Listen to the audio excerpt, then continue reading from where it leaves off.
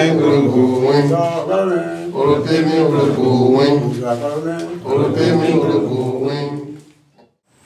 this week we're putting on what we're calling a training of trainers workshop, and we've taken all the biggest beekeepers in Liberia and we've brought them to Ghanta, and we're brought 2 instructors in, one from Nigeria and one from England, and they're helping to train the beekeepers here in advanced beekeeping practices.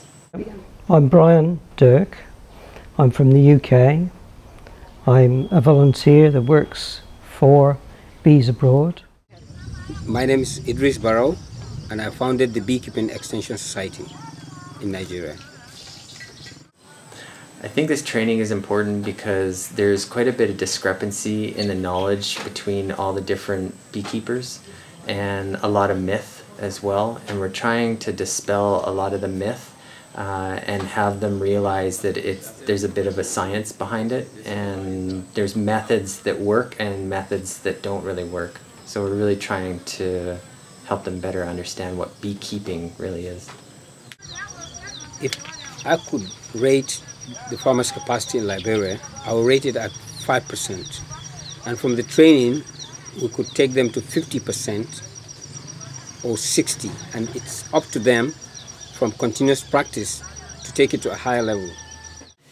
The first morning session was in the classroom, and the dialogue that was going on between the instructors and the participants was incredibly engaging. I also saw somebody opening hive with their bare hands, which is without using gloves.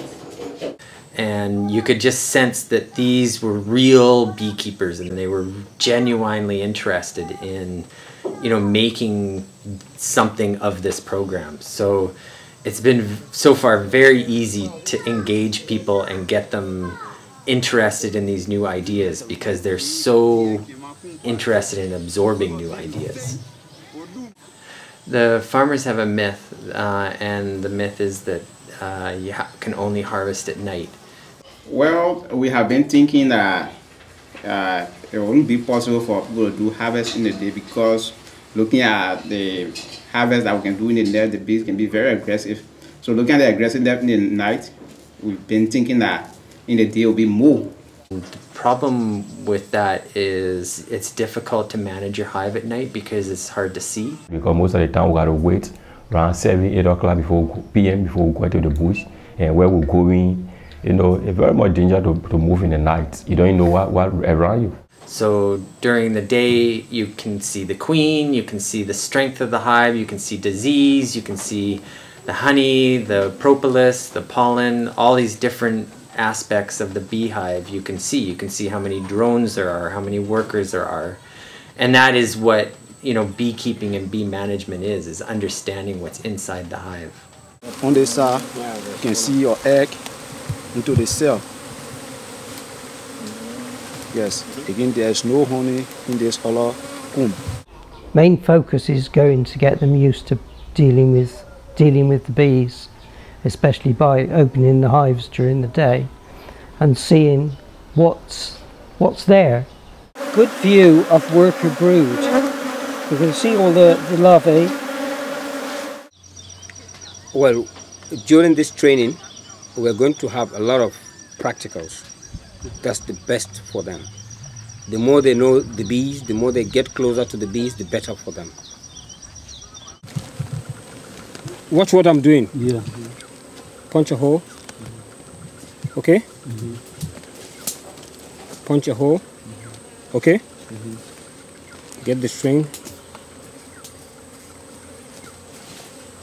inside the hole. Get it.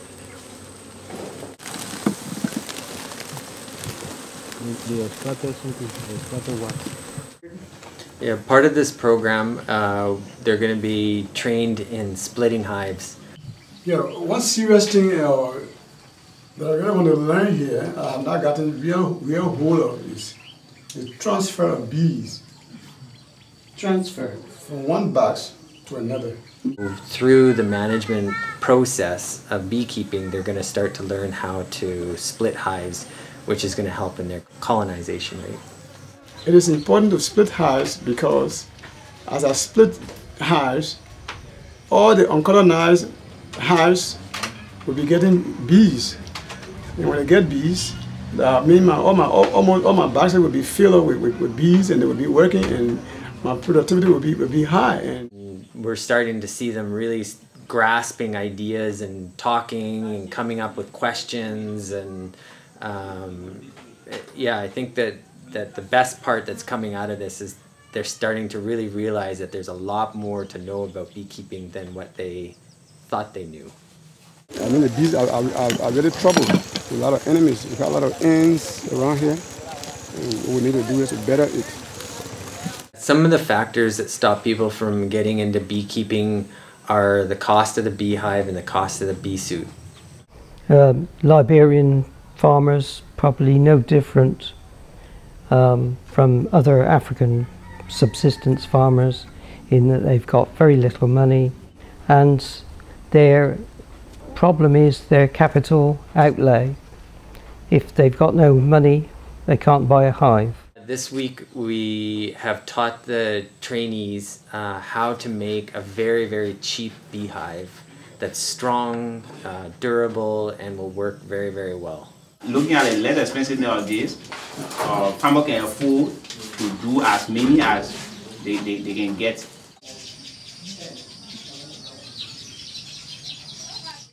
We've also training them how to make a cheap bee suit, and right now they would pay maybe $40, $45 for a bee suit, and the cost of these new ones will be more like $10.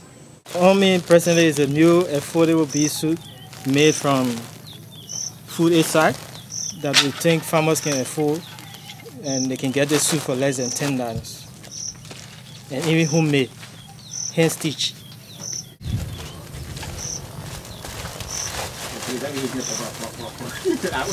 Yesterday I wore the bee suit and I really enjoyed it. Inside was not so hilly like how the one we had before, so I really enjoyed it. And actually the bees did not sting me at all. Historically, one of the big challenges for the farmer when it comes to harvesting is not having access or owning a bee suit. So we're hoping that with the instruction they're getting this week, they'll share that knowledge with other farmers, and then they'll be able to start to have more bee suits out in the field.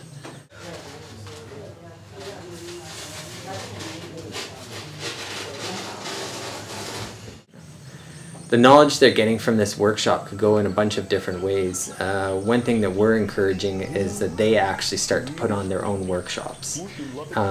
We'd like to see these guys, who will be certified trainers now at the end of this program, to go out into the field and actually train other people in beekeeping. We're seeing a little bit of that right now, but the issue that we face right now is that the knowledge base is really too low. But by the end of this course, then their knowledge will be so much greater, and they'll have tools. They're getting a workbook and they're getting lots of good literature that they can share with other people as well. So we're hoping that the knowledge transfer is what will happen at the end of this program. One of the so-called measurements for the Western world is $1 a day or $2 a day for somebody to exist. So we are helping these people who are beekeepers to pull themselves up to that level. Not brilliant, but it's better. It is beekeeping that made me to send all my children to school. All the 4 children are going to good schools. School like Ghanta United Methodist School, which is very expensive. It was beekeeping that got me to get my son there today. And for a poor man like me to send my child to Zion Academy in Monrovia is not an easy thing. So it is beekeeping that caused me to be doing that. So it's very great for me. Yeah.